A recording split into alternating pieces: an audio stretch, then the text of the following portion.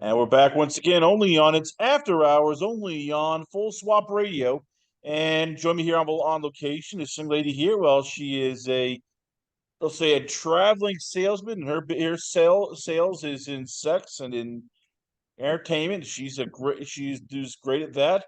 I give the entrepreneurial, the hardworking, the always traveling. I give you MILF slash GILF. I give you Tori Lisa. So Tori, let's start off here with how much work goes into this? Because forget about Ooh. the OnlyFans and all that stuff, but you're traveling a lot. You do tours. In terms of like you shoot Mhm. content in Oregon and Washington, Vegas, California. Like, how tiring does that get? Just from planning, traveling, and all that stuff. Well, there are a lot of logistics and moving parts that go into the type of lifestyle that I have, but I'm living my best life, actually. I don't find it exhausting. If anything, I find it very reviving and liberating. So that's why I do it. There's a lot of back end administrative stuff that goes on. There's a lot of travel planning, but these are things that I'm already good at. So it's not a struggle. So if anything, I might be working 20 actual like hours a week, and the rest of it is going out and having fun. But my work is fun. So I don't see it as something that's a drain to me. It's something that actually keeps me alive. Let's talk about the one draining part, and that is, of course, the behind the scenes stuff. Because yeah, the Mm-hmm. sex is fun, but the collaborating's fun. Mm-hmm. It's a pain in the ass, I'm guessing, to like make sure, all right, is everybody's test, because if you're an OnlyFans performer, you are a content creator slash publicist slash records keeper slash editor slash camera woman slash makeup artist slash travel coordinator. So how do you get through some of those days where it's like you're just doing a lot of paperwork, making sure, okay, 2257s, they're filled out. Everybody's testing. I have that. I have copies. I have a lighting. I have cameras all set, batteries charged. And it's like, after a while, I was like, oh my God, I've done like 8 hours of work and I haven't even shot the sex. God damn it. Yeah, there is a lot of, pardon the pun, back end work that goes into it. But the thing is I got my start straight out of the gate working with a studio. Yes, I filmed some amateur stuff and it ended up on my OnlyFans, but I started working with the first studio that I started working with back in 2020. November of 2020 is when I shot my first scene that went outside of maybe some clips that I did with a partner or something, or a collaborator, but I really wasn't collaborating until after I got into the porn industry. Then people started coming out of the woodwork. It's really the big work, actually, for me, is how many times I have to tell people, no, that's not how this works. They think that you can just go to a hotel room and set up a camera, which you can. But when you are in the pro side of things, there's way more to it. And so a lot of times guys think, oh, well, I'm just going to approach her and offer to film with her, therefore I can get access to her for free. And it's like, that's not how this works at all. They don't know what 2257s are. They don't know, how much testing is. It could be upwards of anywhere between, like $250, $350 per test, because you're getting blood swabs, urine, the whole shebang. Like, it's very thorough testing. And then by federal law, you've got to have like the 2257s and the proper legal documents and the waivers. And like, there's a lot of stuff that goes into it. But when I'm working with pros, when I'm working with, say, I shoot with Alice Little. I just recently did some filming before I went on tour with Queer Crush Studios. It was super freaking easy because they're pros and they've got all the forms where you can upload it. You can send it all in advance. Otherwise, you're on the set taking care of the paperwork, doing your bunny ears, you know, with your IDs and so on. It's called bunny ears. You have to hold the ID up next to your face on each side of your face, and you have to have 2 IDs and so on. So like there's a lot of requirements, but the thing is once you know what you're doing and you're working with people who know what they're doing, it goes super easy. So yeah, when people approach me and they're like, oh, well, let's just turn on a camera and start filming. No, honey, that is not how this works, and it's not going to get you free sex. So for you, for just you personally, because as you said, you came from a studio, so you have an idea of what to do. Mm-hmm. How much time do you spend before the scene in terms of, yeah, we covered that. And then I'm guessing for you, it's like, well, I want to make sure I have good lighting.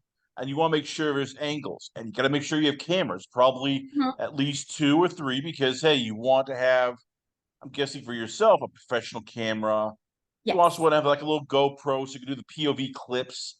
And then Mm-hmm. another camera just for backup. So that way, in case you want a different angle, or heaven forbid, one of the other cameras goes down, you're Which covered. Like how that's much done time goes before. into, yeah, how much Yes. time goes into just like setting everything up?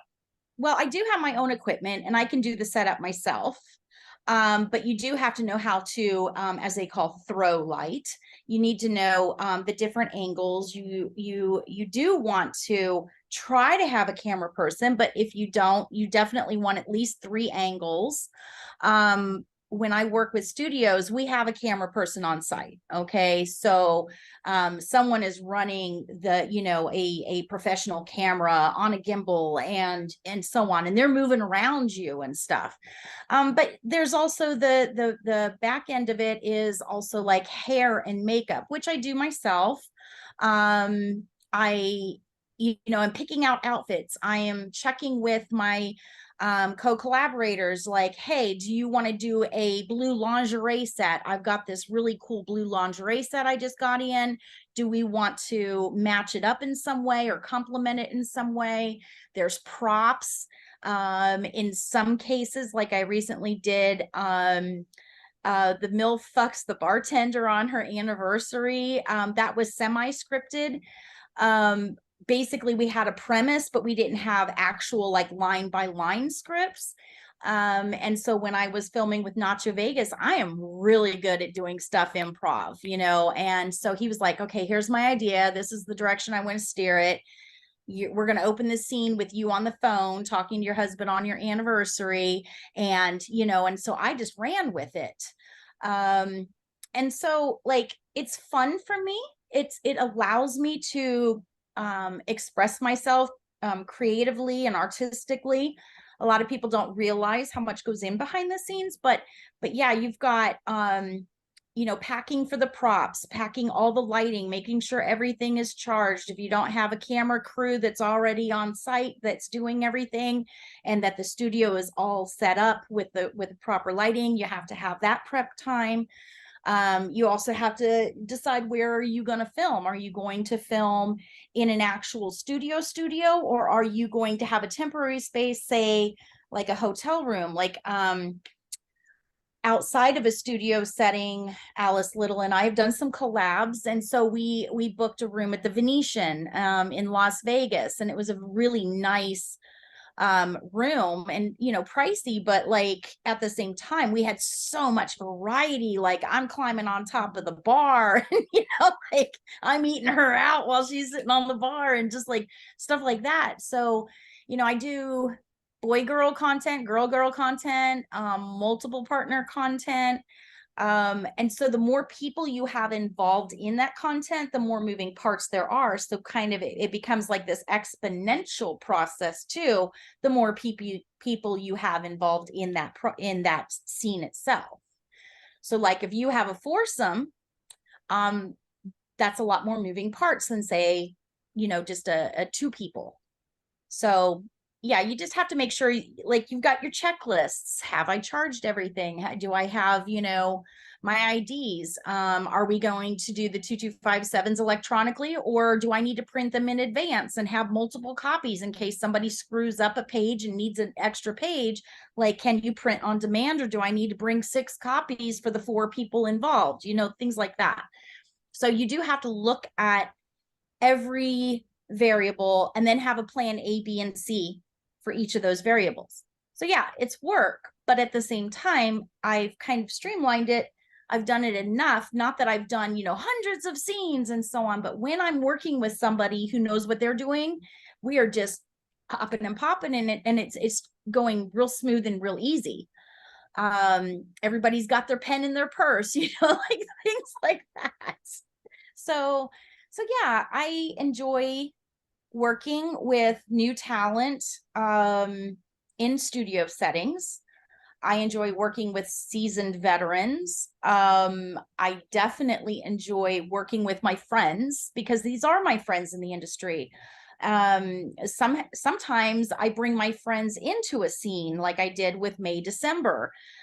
She and I know each other through burlesque. In fact, she's coming to Vegas next week. I don't know when this is going to air, but at the time of the airing, I'm heading back to Vegas because she's coming in for a burlesque competition.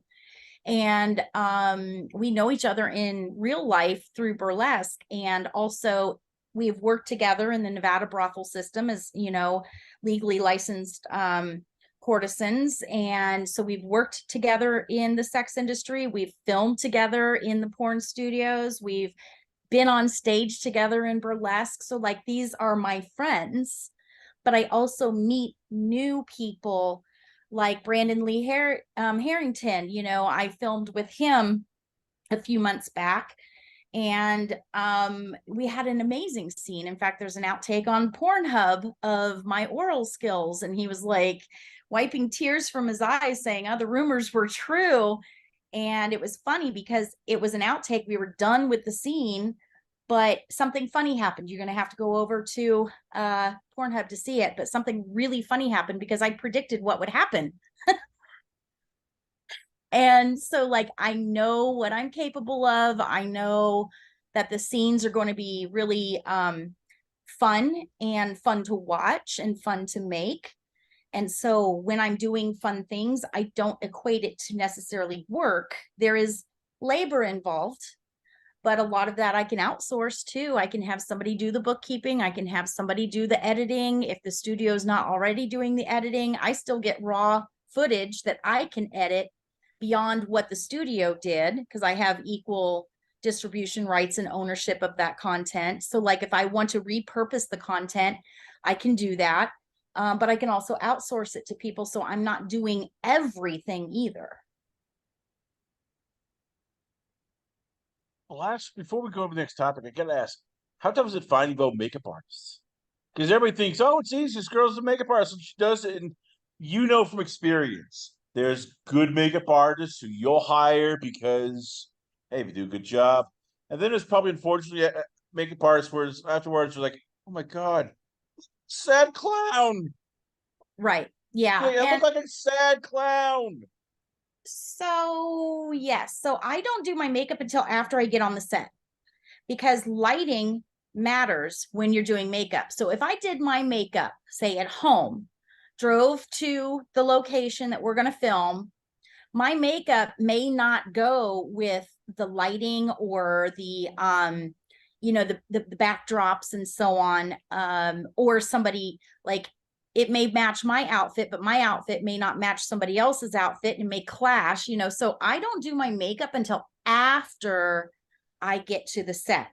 Now, if there are makeup artists, great, but guess what? I think I'm going to do a little bit better job because I have more experience with my face and doing makeup, because I've been modeling in studios, whether it's film or still photos. I've worked with dozens of photographers, but I started modeling, and my first professional pictures, I was 18 at the time, but I started modeling when I was 16.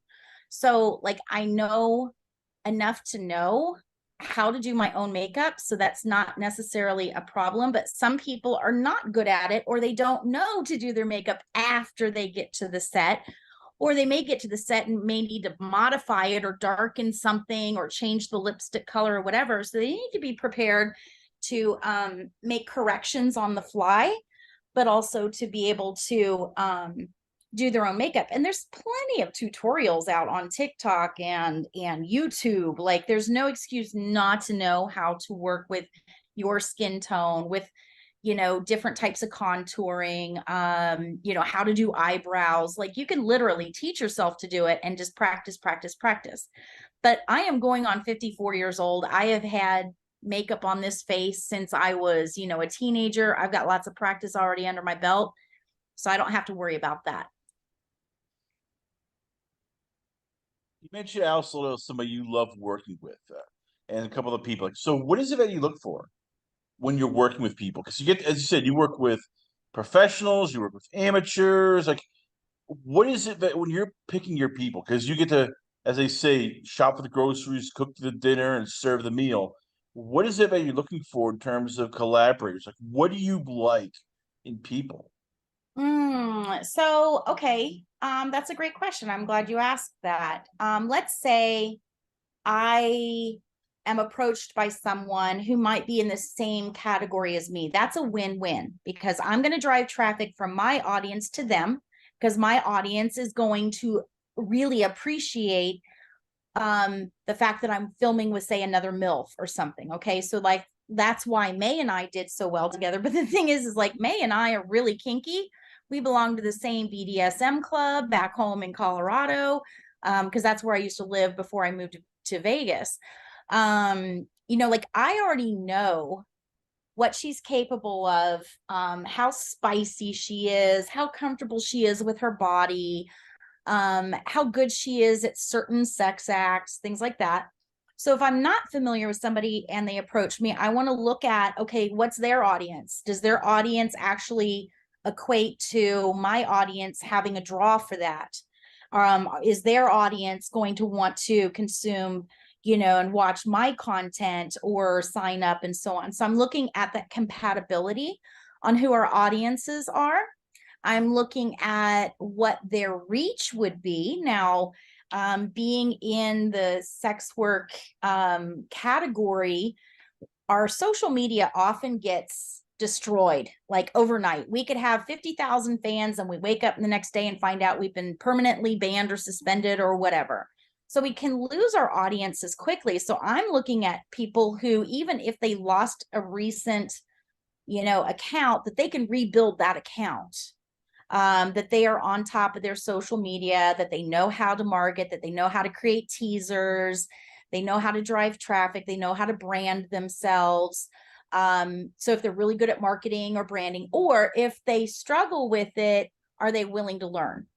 That's the other thing. Like, if they want to improve their marketing, or, you know, learn more about, you know, how to drive traffic and so on, I'm happy to guide them and help them, because that's my jam.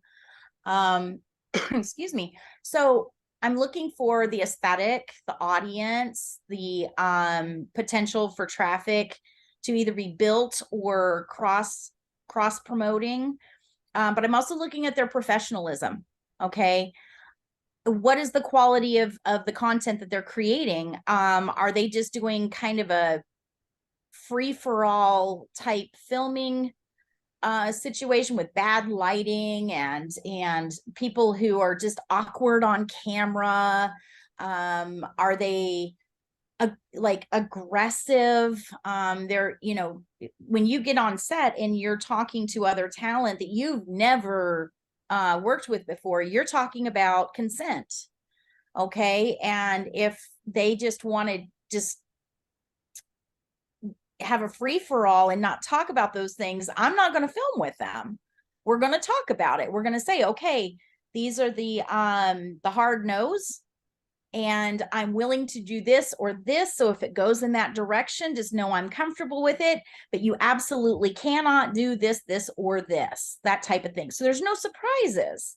But sex work, you know, should and always should be consent based. And when filming, you have to negotiate the scenes in advance and get the okay and the head nod, knowing that that can be rescinded at any time, and you have to be professional enough to honor that. Even if I said yes at the beginning of the scene and something is going on and I'm just not feeling it, I get to say no without any type of problem, if you will.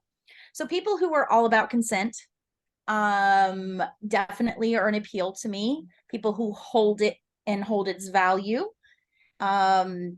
So consent-based activities. And then again, I mean, they don't have to have a perfect body. In fact, I prefer that they have imperfect bodies, because I am, like I said, going on 54. I don't have a perfect body. My whole thing is about body positivity, sex positivity, kink positivity. And if people that I'm working with also emit that same type of advocacy for, sex positive, body positive, and so on, then I'm definitely going to be drawn to them, because that's my messaging. I want to be able to convey a really hot scene that you could see was not awkward, or that somebody was their body language is saying no, but the camera is filming them doing something they never wanted to do to begin with. You can tell when somebody is doing something they are not comfortable with. So that's why I want to make sure that everyone is comfortable on the set, not just me, but everyone. So we sometimes get ideas and we jot them down and we say, hey, I just thought of a really cool scene. Let's put this on the list of things to do when we get together again, and we can develop it in the interim. So people who are constantly dreaming up ideas or come up with really cool ideas. I had a really fun collaboration that it was a kink scene and I was fully clothed. There's that. It's not about just getting naked and doing, having sex and penetrative type stuff. Sometimes it's about kink and being fully clothed and steering things to the outcomes that you want for your audience so that they'll enjoy it. So I hope that answers your question. Like, there's so many different things that I look at, but all things considered, if they have a bad reputation, if they don't know what a 2257 is, if they aren't willing to throw in their ideas or to have a conversation in a professional way about what limits are, or being able to steer things if consent is withdrawn, things like that. I try to stick with people who are professionals who've done this before and can make it easy. A lot of things going on here, as you mentioned before. With you, you're doing all these touring, you're doing all this. What do you do for let's say the mental health side, in terms of just having a day off, just doing something fun, making sure, I don't, get lost in my work? Because I've seen a lot of creators, whether it's adult content creators or anything like that, literally basically lose themselves. So for you, what do you do just to make sure, like, all right, I'm gonna have my me time, gonna have my personal time, not get, wrapped up? What do you do, I guess, for actual fun? I am very well boundaried in that regard. I learned the hard way that burnout serves no one. I call it my past life, but in my past life, I had a very stressful dynamic and circumstance in my marriage. And once I left that marriage, I vowed to put self-care as a priority, number one priority. So as busy as I am, I also have a lot of free time. I just spent a week in Spokane, Washington. Yes, I was booking people, but I was also going out to really nice restaurants. Like, I treated myself to brunch, and I had 24 karat gold laced caviar and lemon ricotta waffles, and it was just, like, I nourish my body with delicious foods. It helps keep that ass, nice and peachy, and keeps those curves going. I don't stress about how many calories I'm eating. I'm not trying to like get to the gym every day when I'm on tour. Yes, I have access to hotel gyms. I've literally been in hotels continuously since May 21st. Um, so I'm getting sexercise, as I call it, but I'm also not stressing about if I put on a few pounds. So I don't add unnecessary stress. I don't put that mental load or requirement on top of everything else to be perfect. I do take days off. The other day, I've had a long-term client that used to visit me in the legal brothels down in Nevada. And when I left there, he's one of my VIP clients. And, he and I went for a hike up in the Cascade Lakes area of Oregon, and I trust him fully. So, yes, I was out in the middle of the woods with a client, but I had already ruled out that he wasn't an axe murderer or serial killer. And I had a fabulous time. We ate lunch by the lake and just had a really enjoyable time. So a lot of times the work I'm doing is fun, even if we're not in, say, the bedroom. We're going out to dinner, we're going out and doing activities, maybe going to see a show, things like that. So I do have fun, whether it's with a client or not, just seeing the local sites and enjoying the local cuisine and sightseeing. I love to take photos of the places I've been. So like you'll see a lot of my food photos and location photos and so on over on Instagram.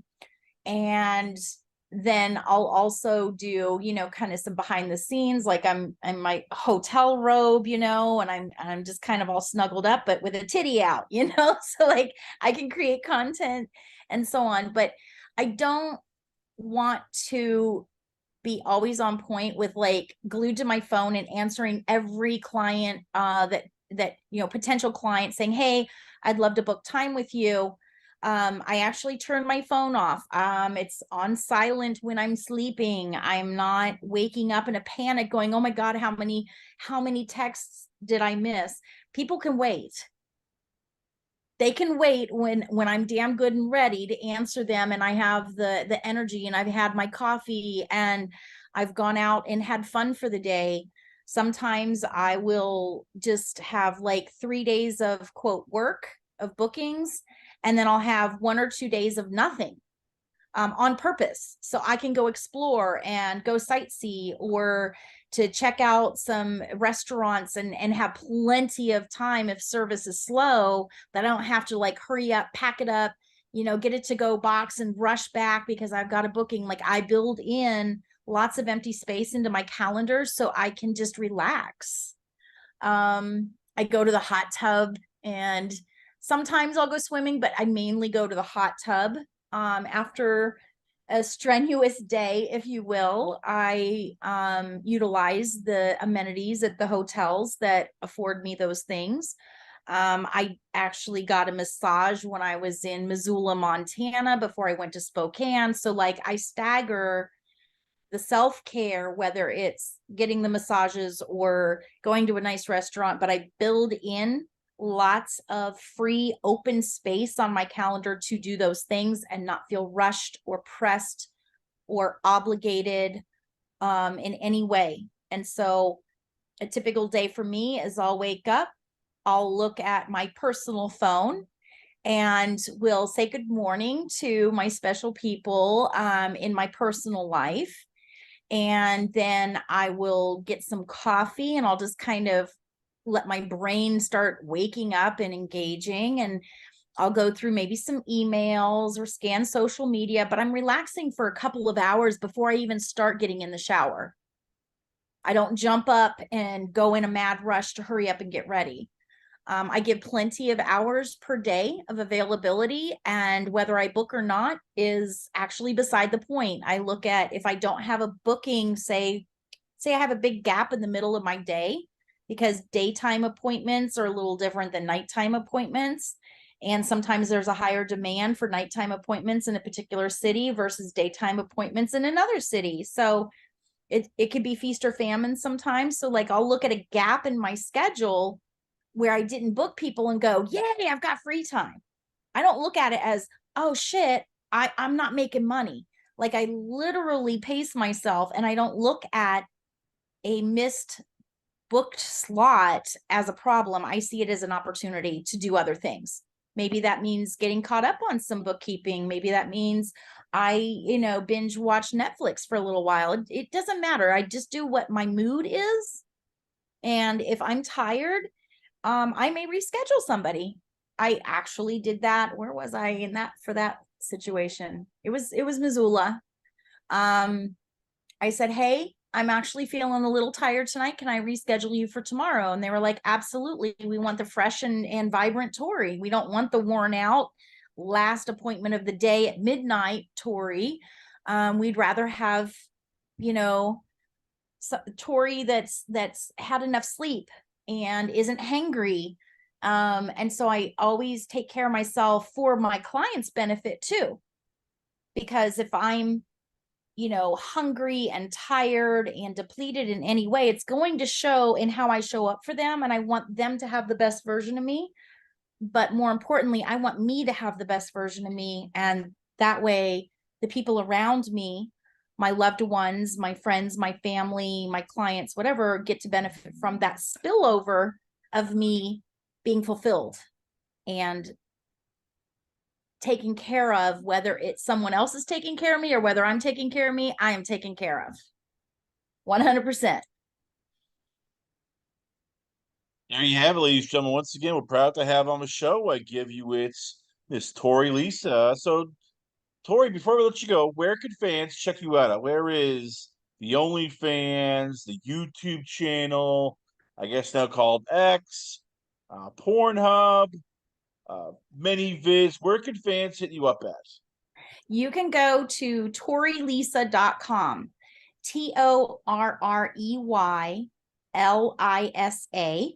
torreylisa.com. And that goes to like a link library of like the documentaries I've been in or the articles that I've been in.